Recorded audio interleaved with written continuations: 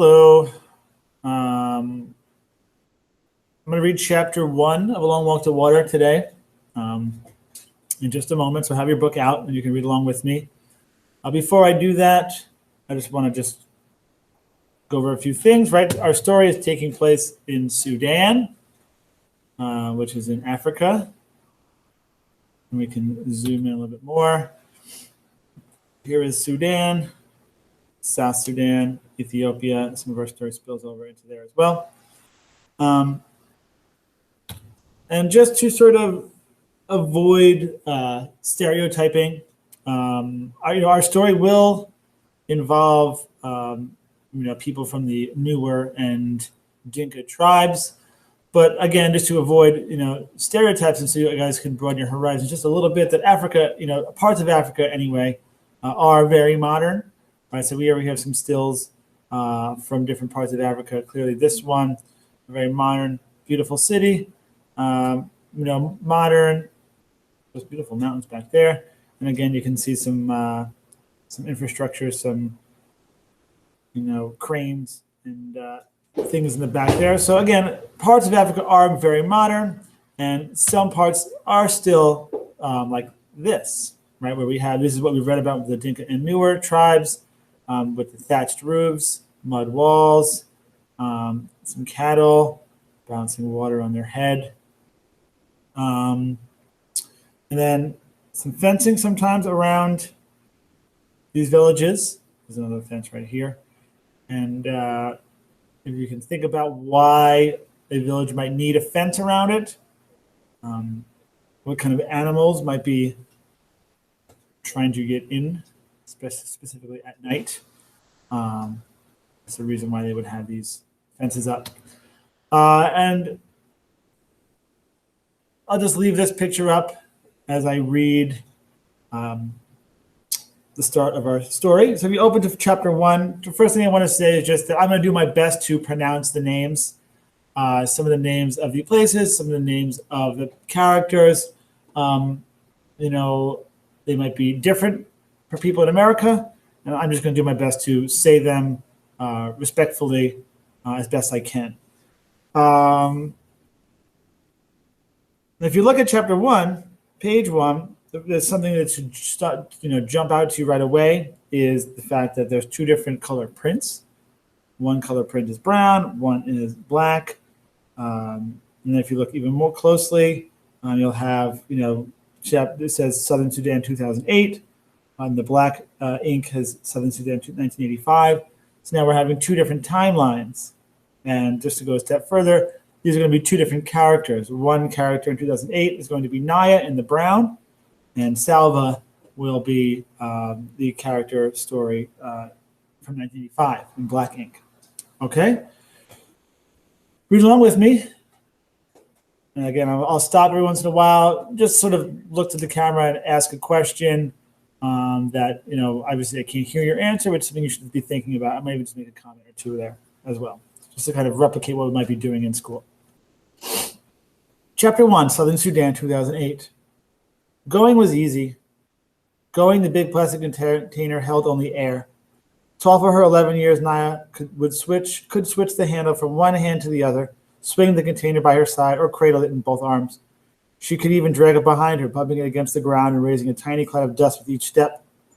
There was a little weight going. There was only heat, the sun already baking the air, even though it was long before noon. It would take her half the morning if she didn't stop on the way.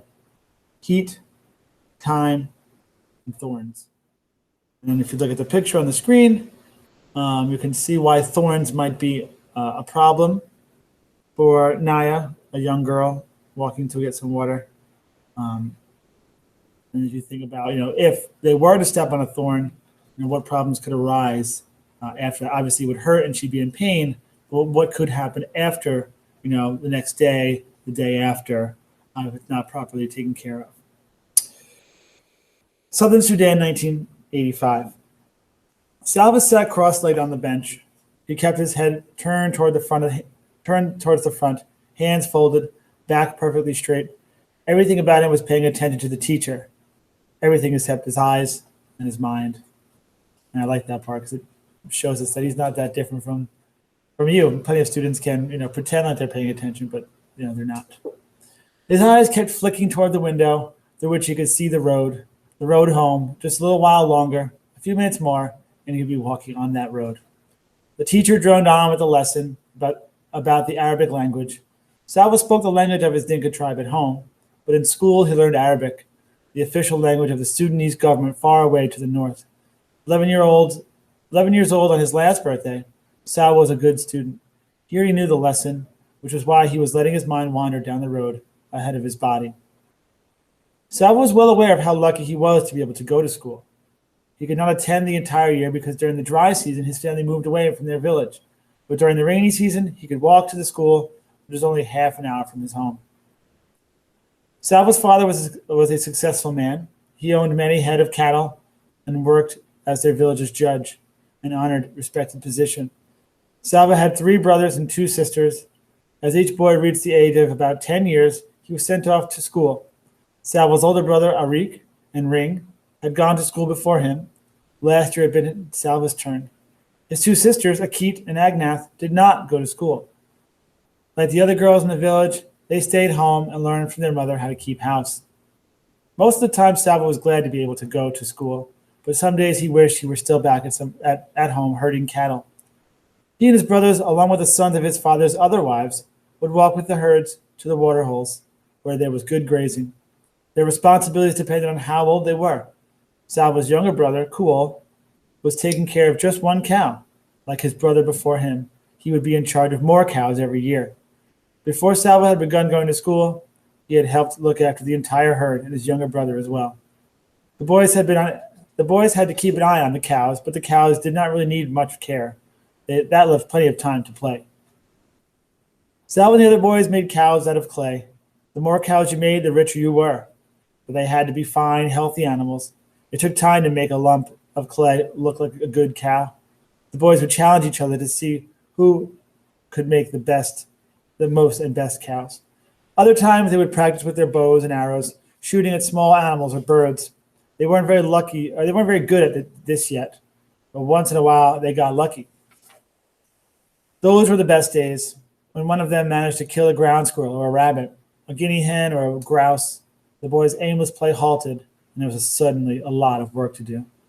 Some of them gathered wood to build a fire. Others helped clean and dress the animal. Then they roasted it on the fire. None of this took place quietly.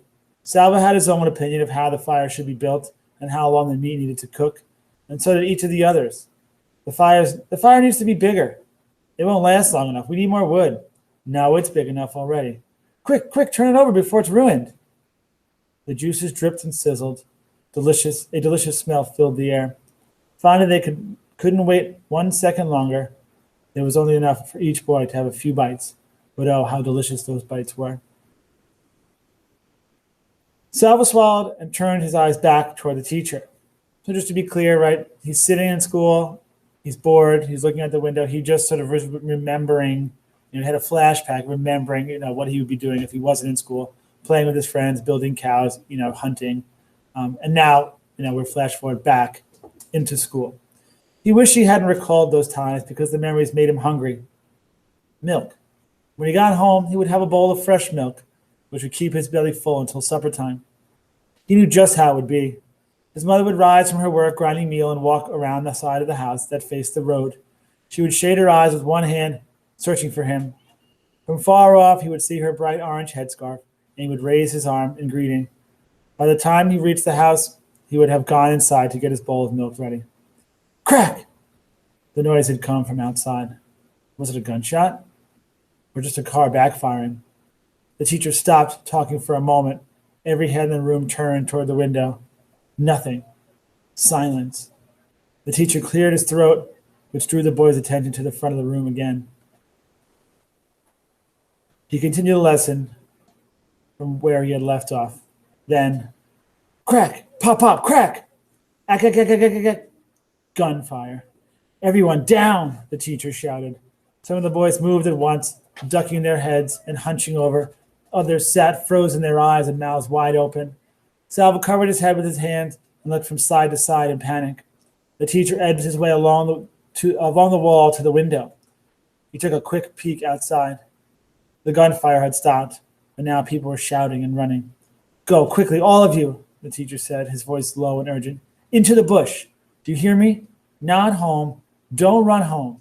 They'll be going into the villages. Stay away from the villages. Run into the bush. He went to the door and looked out again. Go, all of you, now. So I missed my cue, but if you look at the picture, this is what a typical schoolhouse might look like, in Sudan or in the rest of Africa. Sometimes they won't have walls and just roofs. If you look at the picture closely, you would notice there's a large group of people missing. Of course, I'm talking about girls, as the book and what we've learned about already. Girls often don't have the opportunity to get an education. And now back to our novel where they hear gunfire. The teacher instructs them to run into the bush. What that means is to run into the wild, right? Turn and run into the wilderness. Don't run into the villages. Don't run home, because if they run home, as he says, that these attackers will make their way to the villages as well. The war had started 2 years earlier. Salva did not understand much about it, but he knew that rebels from the southern part of Sudan, where he and his family lived, were fighting against the government, which was based in the north. Most of the people who lived in the north were Muslim, and the government wanted all of Sudan to become a Muslim country, a place where the beliefs of Islam were followed. But the people in the south were of different religions, and did not want to be forced to practice Islam. They began fighting for independence from the north. The fighting was scattered all around southern Sudan, and now the war had come to where Salva lived. The boys scrambled to their feet. Some of them were crying. The teacher began hurrying the students out the door. Salva was near the end of the line. He felt his heart beating so hard that its pulse pounded in his throat and ears. He wanted to shout, "I need to go home. I must go home." But the words were blocked by the wild thumping in his throat. When he got to the door, he looked out. Everyone was running. Men, children, women carrying babies. The air was full of dust that had been kicked up by all those running feet. Some of the men were shouting and waving guns. Salva saw all of this with one glance. Then he was running too, running as hard as he could into the bush, away from home. So we'll stop there. Just to be clear,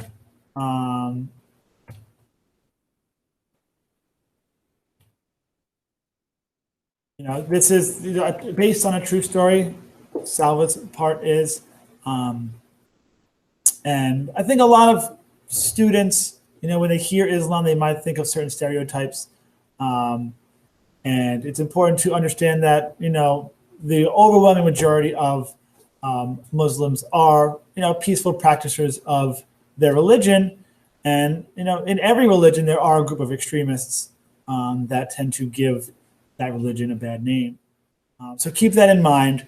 And, it's not necessarily that the government of Sudan is extremist per se, but they are forcing a religion on the people of Sudan. So if you would just imagine, living in a country, where you believe in a particular set of beliefs, and then have someone tell you, no, you can't believe that. You have to believe this.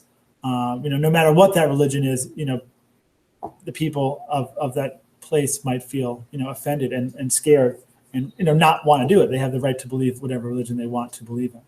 So that is sort of the crux of this war in Sudan, is the government wants to force a religion on a group of people, and the people say, well, I'm not that religion. I don't want to practice that. And, just one more note before I let you go. We're just going to read one chapter today, but, he's thinking to himself, Salva, as he's, hears this gunfire, even though his teacher says, don't go to the village, don't go to the village. His first thought is, I need to go home. I must go home. If you ask yourself, well, why? Why does he want to go home? And hopefully you're coming to the answer that, we've already established, how close he is with his family, the discussion about his mom, making the milk for him, and how close he is with his brothers and sisters. He is someone who is very close to his family, and when he first hears that this trouble, that's his instinct, is to go home and see his family. But we'll have to find out what happens. All right, thanks. I can't stop you from reading ahead, but hopefully you won't read too far ahead and you'll stay with us so you can, be up to date and answer our questions as best you can. All right, I hope you found this useful. I'm going to keep doing it. Let me know if you have any questions, and I'll see you later.